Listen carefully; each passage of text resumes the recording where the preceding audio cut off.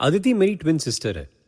सिर्फ 2 मिनट बड़ी है लेकिन बिहेव ऐसे करती है जैसे पूरे 2 साल बड़ी हो। हम दोनों के बीच एक अजीब इक्वेशन है। हम एक दूसरे को कुछ ना भी बताएं पर हम एग्जैक्टली समझ सकते हैं कि दूसरे के मन में क्या है। बाकी फैमिली के लिए जरा इरिटेटिंग है, स्पेशली हमारी माँ के लिए, जिसे पता नहीं क्यों ऐसा लगता है कि हम भाई बहन का आपस का रिश्ता स्ट्रॉन्गर देन आवर रिश्ता विद माँ। शायद ये ट्विंस के साथ ही होता है। ओए छोड़ू, तू तैयार नहीं हुआ? यार मैंने कह दिया मैं नहीं आ रहा हूँ। क्या है, अपनी बहन के लिए इतना भी नहीं कर सकता? पानी चाहिए पिला सकता हूँ, लेकिन तुझे फ्ली मार्केट नहीं लेकर चलने वाला। लेकर चलने को कौन कह रहा है, साथ चलने को कह रही हूँ, कंपनी देने को। तो ढूंढ लेना कोई और कंपनी, उम्र हो गई है तेरी। हाँ हाँ ढूंढ लूंगी, फिलहाल अभी की बात कर रही हूँ। प्लीज यार, तेरे साथ शॉपिंग पे जाना बहुत बोरिंग है अदिति। अब भी तेरी कोई गर्लफ्रेंड आकर कहेगी ना तो फौरन चल देगा। साले जब सच में चली जाऊंगी ना तो ओ बस बस बस, अब ये वाला राग मत शुरू कर। चल, लेकिन अभी कह रहा हूँ 2 घंटे से ज्यादा नहीं रुकूंगा, सिर्फ 2 घंटे। ओ ले ले मेरा प्यारा सा छोटा सा स्वीट लिटिल ब्रदर, चल चल चल। मुझे एक तो शॉपिंग से ही चिढ़ है, ऊपर से लड़कियों के साथ शॉपिंग मीन्स जब तक हर एक दुकान पर 2 बार घूम ना लें तब तक डिसाइड ही नहीं कर सकते कि क्या लेना है। और वही हुआ फ्ली मार्केट में। 1 घंटा हो गया था, हम दुकानों के दूसरे राउंड पर थे जब मैंने एक लेमनेड ऑर्डर किया और मैं उसी स्टॉल पर रुक गया। अदिति मैं यहीं हूँ, तू देख ले, तेरा जब हो जाएगा तो फोन कर देना मुझे, या यहीं आ जाना वापस। हाँ हाँ ओके ओके ओके। मैं अपना लेमनेड सिप ही कर रहा था जब मेरी नज़र एक स्टॉल पर गई। उस स्टॉल के राइट कॉर्नर पर एक पेडिस्टल पर एक बहुत ही सुंदर बॉक्स रखा हुआ था। मैं लेमनेड हाथ में लिए उस बॉक्स की तरफ अट्रैक्ट होता हुआ स्टॉल पे पहुंच गया। पास जाकर देखा तो it was a musical box, most beautiful object I have ever seen in my life. Handmade, hand painted, natural colours और करीब 300 साल पुराना जेन्युइन एंटीक पीस। कहना पड़ेगा, you have an excellent taste. मैं मुड़ा और फ्रीज हो गया। मेरे सामने एक गॉर्जियस लुकिंग लड़की खड़ी थी जिसकी स्माइल किसी डायमंड नेकलेस से भी ज्यादा स्पार्कलिंग थी। हाय, आई एम माया, ये मेरा स्टॉल है। यू नो, इस म्यूजिकल बॉक्स की बहुत इंटरेस्टिंग स्टोरी है। ये चाइनीज है। ये बॉक्स एक चाइनीज औरत का था और वो इसमें अपने लव लेटर्स रखा करती थी जो उसका लवर उसे लिखता था। बॉक्स के पीछे देखो, ये एक छोटा सा स्लाइडिंग कंपार्टमेंट बना है। उसका लवर एक सोल्जर था और वो वॉर के चलते घर से दूर रहता। फिर फाइनली जब वो वापस आया तो उन दोनों के बीच कुछ मिसअंडरस्टैंडिंग हुई। कहते हैं बहुत लोगों का खून बहा एज अ रिजल्ट। लेकिन जब वो औरत मरी तो उसके साथ इस बॉक्स को भी दफन कर दिया गया। तो आप उस चाइनीज औरत की फैमिली को बिलोंग करती हैं? मैंने थोड़े सार्कास्टिकली विद अ स्माइल पूछा और वो हंस दी। You have a naughty sense of humor too. And you have a terrific NAAC of selling. क्या सेल्स पिच दिया है एक ऑर्डिनरी म्यूजिकल बॉक्स के लिए। मोहब्बत और खून का कर्स वाला म्यूजिकल बॉक्स, ब्यूटीफुल। उस मोमेंट में ही मुझे महसूस हुआ कि अदिति ने ऑलरेडी मेरे मन की बात पहचान ली थी। I had fallen in love with Maya as much as with the musical box. और अदिति ऑब्वियसली थोड़ा सा जेलस थी। अदिति पता नहीं क्यों ऑलवेज मेरी गर्लफ्रेंड्स को लेकर थोड़ा सा मीन रहती थी, बहुत पॉजिटिव थी मेरे बारे में, और उसके लिए तो मैं छोटू था। अदिति को यही लगता था कि मैं तो भोला सा बेवकूफ सा बच्चा हूं और कोई लड़की मेरा एडवांटेज ले लेगी। एनीवे, मैं थोड़ा सा एम्बैरेस हो गया माया के सामने अदिति के कमेंट से और मैंने कवर अप किया। हाय, आई एम तरुण और ये मेरी ट्विन सिस्टर है Aditi, my guardian also. Aditi, Maya. Oh, twin sister, no wonder possessive है। आप ये बॉक्स पैक कर दीजिए, I will buy this. Really? तुम कब से ऐसी चीजों पे फिदा होने लगे छोटू? मैंने म्यूजिकल बॉक्स को खोला और उसकी धुन सुनाई, and for a moment Aditi भी वो धुन सुनकर खो गई। She was mesmerized. मैंने कहा, हो गई ना तू भी फिदा? It's just beautiful, मान ले, सही चीज मिली है। अदिति ने कुछ नहीं कहा। She was still lost. और तभी और तुम्हें आज के बाद भी कभी अफसोस नहीं होगा ये बॉक्स लेने का। ये बिल, ये मेरा कार्ड और पीछे मेरा नंबर लिखा है। थैंक्स। आई थिंक माया भी समझ गई थी कि अगर वो अपना नंबर नहीं भी लिख कर देती तो मैं कुछ ही दिनों में कहीं ना कहीं से निकाल लेता। हम बॉक्स लेकर घर वापस आए। सरप्राइजिंगली धुन सुनने के बाद से अदिति ने कुछ नहीं कहा, पूरे रास्ते भर चुप रही और मैं भी चुप ही था। मैं माया की स्माइल भुला ही नहीं पा रहा था और बार बार उसका कार्ड और उस पर उसी के हैंडराइटिंग में लिखा हुआ उसका नंबर देखे जा रहा था। घर पहुंचते ही मैंने सोचा छोड़ो शर्म लिहाज और मैंने माया को फ़ोन किया और हमने नेक्स्ट डे शाम को कॉफ़ी पे मिलने का प्लान बनाया। पता नहीं, माया को मिलते ही मुझे कुछ अजीब लगा। I can't explain, I mean मैं उसे जानती भी नहीं, लेकिन मैं तरुण को लेकर पॉजेसिव हूँ, मेरा भाई है वो। हो सकता है माया बहुत अच्छी लड़की हो, लेकिन अभी फिलहाल I was feeling very uncomfortable. उस दिन पूरे टाइम मैं बस उस म्यूजिकल बॉक्स की धुन ही सुनता रहा और रात एज आई फेल अस्लीप मैं माया के बारे में ड्रीम करने लगा। ड्रीम में मैं बस माया को किस करने ही वाला था जब तरुण! अदिति की चीख सुनाई दी और मेरी आंख खुल गई। मैं दौड़ा अदिति के बेडरूम की तरफ। वो बेड पर बैठी थी और डर उसके चेहरे पर दिखाई दे रहा था। पसीने में भीगी हुई वो जोर जोर से सांस ले रही थी। क्या हुआ? कोई मुझे मार रहा था। क्या? सपना था माया। और ये कहते ही Aditi give me a dirty look. मैं बिलीव नहीं कर पा रहा था कि मेरे मुंह से माया का नाम कैसे निकला।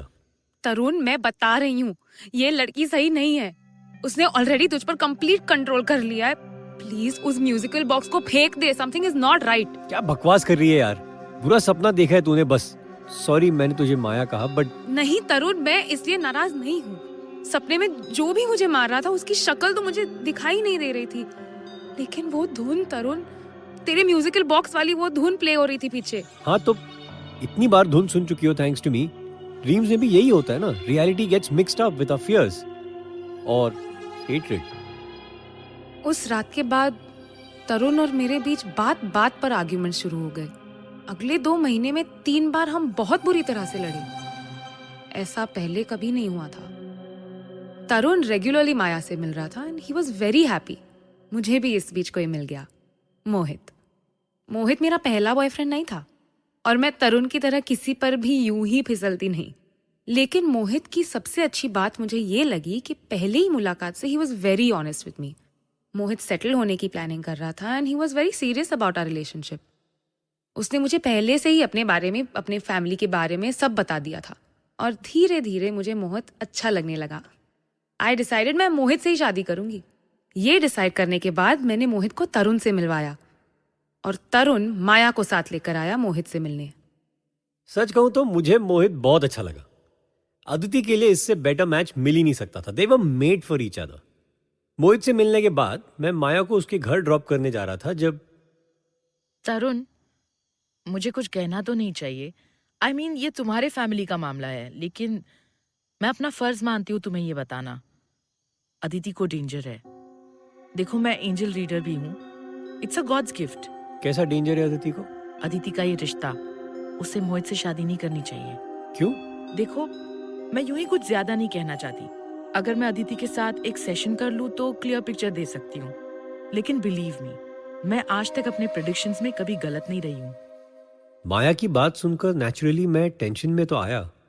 मुझे पता था अदिति कभी नहीं मानेगी उसके साथ सेशन के लिए। इनफैक्ट अदिति को लगेगा कि माया जानबूझकर मुझे भड़का रही है। अदिति वैसे ही माया को लाइक नहीं करती थी, लेकिन मुझे किसी भी तरह ये सेशन करवाना पड़ेगा। आई केयर अबाउट माई सिस्टर। जिस दिन मोहित पहली बार घर आया, उसे भी तरुण का म्यूजिकल बॉक्स बहुत पसंद आया। उस म्यूजिकल बॉक्स की धुन सुनकर वो बस वही गुनगुनाने लगा। और उस शाम जब हम बाहर डिनर कर रहे थे, हमारी पहली फाइट हुई। एक स्टूपिड टिप पर हमारी लड़ाई हो गई। सिर्फ आर्ग्यूमेंट नहीं, लड़ाई। और मैं वहीं रेस्टोरेंट में उसको भला बुरा सुनाकर निकल गई। पता नहीं मुझे क्या हुआ। और मोहित भी, जो वैसे तो बहुत ही पेशेंट शांत तबीयत का है, उसने भी मुझसे सीधा सीधा ये बोल दिया कि Aditi, you are behaving like an idiot, okay? अगर तुम्हें मेरे टिप छोड़ने से इतनी प्रॉब्लम हो रही है तो लेट्स फॉरगेट दिस रिलेशनशिप यार। उस पल मैं ये इमेजिन भी नहीं कर सकती थी। इस सब का रीजन वो म्यूजिकल बॉक्स था। ये मैं आज कह सकती हूँ। एक्चुअली वो म्यूजिकल बॉक्स से ज्यादा इस सब का रीजन माया थी। और ये बात जब मुझे पता चली तो बहुत लेट हो चुका था। आई मीन, मैंने अदिति को वो सब बताया जो माया ने मोहित और उसकी रिलेशनशिप के बारे में कहा था, और मैंने अदिति से रिक्वेस्ट की कि वो माया के साथ एक सेशन कर ले। सरप्राइजिंगली अदिति मान भी गई। शायद मोहित के साथ हुई फाइट ने उसे बहुत डिस्टर्ब कर दिया था। उसी वीक संडे को अदिति और मैं माया के घर पहुंचे। मैं माया को बता चुका था कि हम दोनों 2 बजे उसके घर पहुंचेंगे, लेकिन जब हम वहां पहुंचे तो माया कहीं गई हुई थी और उसका मैसेज आया कि वो आधे घंटे लेट होगी, कुछ अर्जेंट काम आ गया है। उसने बताया कि उसकी सर्वेंट घर पर हमारा वेट कर रही थी। माया की सर्वेंट ने हमें पानी सर्व किया और चाय के लिए पूछा। हमने मना कर दिया तो वो थोड़ी देर में निकल गई। अदिति और मैं माया के घर में अकेले थे। अदिति चुप बैठी थी। मैं यहाँ वहाँ माया की चीज़ें चेक करने लगा, उसकी फोटोज, डेकोरेटिव आइटम्स वगैरह। और अचानक मेरी नज़र एक फ़ोटो पर गई। उस फोटोग्राफ में एक बूढ़ी औरत खड़ी थी, अकेली, लेकिन वो बिल्कुल माया जैसी लग रही थी। मतलब माया बूढ़ी होकर ऐसी ही लगेगी। मैंने फोटो उठाई और गौर से देखने लगा। पहले मुझे लगा माया की मदर की फोटो होगी, लेकिन जब पास से फोटो को देखने लगा तो उस बूढ़ी के हाथ पर एक टैटू था, बिल्कुल जैसा माया के हाथ पे है। और माया की राइट आई के ऊपर एक हल्की सी बचपन की चोट का निशान है। उसने बताया था कि जब वो 5 साल की थी तब वो बिस्तर से गिर गई थी। फोटोग्राफ में इस बूढ़ी औरत के भी सेम टू सेम निशान था राइट आई के ऊपर। मुझे बहुत स्ट्रेंज लगा, ऐसा कैसे हो सकता है? सेम टैटू तो समझ में भी आता है, लेकिन सेम चोट का निशान भी। कौन थी ये औरत? और तभी डोरबेल बजी और फिर जैसे किसी ने डोर के लॉक में चाबी लगाई, उसकी साउंड आई। मैं पलटा और माया एंटर हुई और मेरे हाथ में फोटो देखकर वो रुक गई। उसके चेहरे का रंग उतर गया और उसने ना हाय कहा ना हेलो, सीधा किचन के अंदर चली गई और एक नाइफ लेकर आई। अपने बैग से एक एप्पल निकालकर काटने लगी। मैंने पूछा, क्या हुआ माया, बहुत भूख लग रही है? ना हाय कहा ना। नहीं, तुम लोग इतनी देर से वेट कर रहे हो ना, मैंने सोचा पहले कम से कम एक एप्पल तो खिला दूं। क्या मजाक कर रही हो? एंड जिस तरह माया ने रिएक्ट किया वो देखकर मैं चौंक गया। मैं मजाक नहीं कर रही, just have the Apple, okay? और उसने एप्पल की एक फांक मेरी तरफ की, इनफैक्ट ऑलमोस्ट मेरे मुंह में घुसाने की कोशिश की। लेकिन उसी मोमेंट सडनली अदिति अपनी जगह से उठी और उसने एप्पल को माया के हाथ से छीनते हुए चिल्लाई, नो तरुण, एप्पल मत खाना। मुझे समझ नहीं आया ये क्या हो रहा था। अदिति और मैं अक्सर एक दूसरे के बारे में एक सिक्स्थ सेंस महसूस करते हैं। खास तौर पर जब कोई डेंजर में होता है तब हम पहले ही रिएक्ट कर लेते हैं। बिल्कुल उसी तरह अदिति का ये रिएक्शन था। जैसे ही अदिति ने माया के हाथ से एप्पल की फांक झपटी, माया मुड़ी और उसने जोर से अदिति को धक्का दिया और अदिति पर अटैक किया विद द नाइफ। मेरी आंखों के सामने माया ने अदिति को उस चाकू से मारा। चाकू पेट में लग जाता, लेकिन अदिति का हाथ बीच में आ गया। मैं माया पर कूदा और मैंने माया को पकड़कर पीछे खींचा। क्या कर रही हो माया, हैव यू लॉस्ट इट? और माया ने मुड़कर चाकू मेरे पेट में घुसा दिया। नो तरुण! मैं अपना पेट पकड़े पीछे को गिरा और मैंने अपनी आंखों से देखा जैसे ही अदिति मेरी तरफ बढ़ी, माया ने अदिति के पेट में भी चाकू दे मारा। अदिति वहीं गिर गई, रोते रोते। घसीटते हुए वो मेरे पास पहुंची और मैंने माया की तरफ देखा। मेरे सामने माया का रूप बदलने लगा। उसके चेहरे पर झुर्रियां आने लगी, उसके बाल सफेद होने लगे। जैसे उस बूढ़ी की लुक थी फोटो में, वैसे ही दिखने लगी माया। और तुम्हें मार कर मुझे अपनी जवानी हमेशा के लिए मिल जाएगी। तुम्हारा खून अपने देवता पर चढ़ाऊंगी और मेरा काम हो जाएगा। मुझे अनमैरिड लेकिन 2 मैच्योर ट्विंस की बलि चाहिए थी और वो मुझे मिल गई। प्लान मेरा तुम दोनों को इस तरह मारने का तो नहीं था, लेकिन तुमने मुझे मजबूर किया।